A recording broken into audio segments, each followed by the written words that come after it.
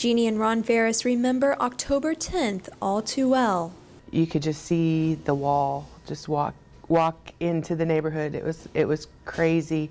You could just see this white wall of wind and rain as it just kind of marched through the neighborhood. Jeannie is a registered nurse at Gulf Coast Medical Center. Her husband is a Bay County building inspector and a Tier 1 responder for the Emergency Operations Center. Both of their jobs kept them in the Panhandle to ride out the storm. We weren't in a flood zone, and so we weren't too concerned.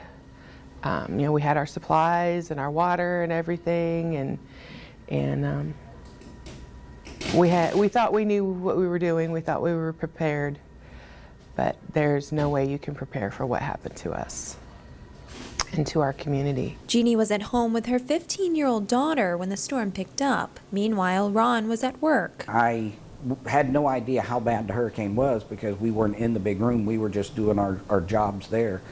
And we heard, you could hear the wind outside, didn't know how strong it was, and I called my wife and was talking to her, and she said, I think the big tree's fixing to, and the phone cut off.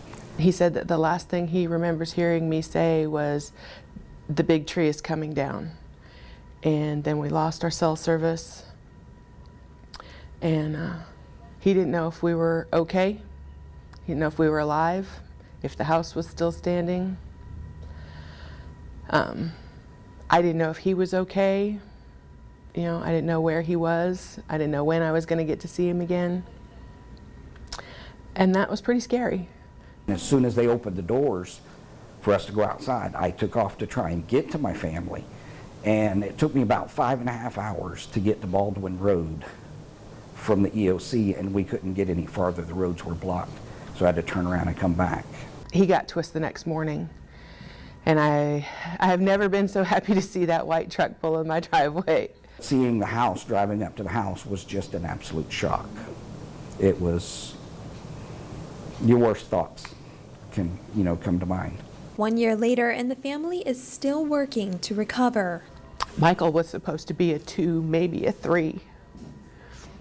And we woke up that morning and it was a 4 and ended up being a 5. There's no way you can prepare for that except to run, and we had nowhere to run.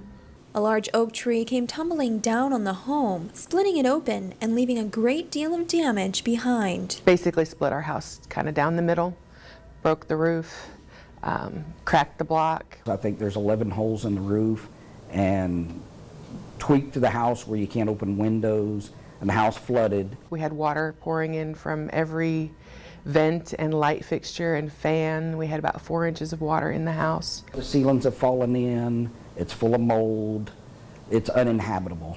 We've had no relief from the insurance company, no loss of use, no loss of property, nothing. My house is literally falling apart, one room at a time. Every time it rains, we have another ceiling cave in or another piece of the roof fall through. They did give us a whopping $294, though, to offset our cost of living. Sorry.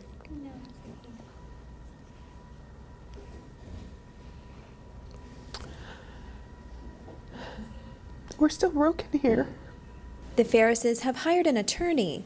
Meanwhile, they're still living in a rental home provided by a close friend. For News 13, I'm Ember Spradley, Panhandle Strong.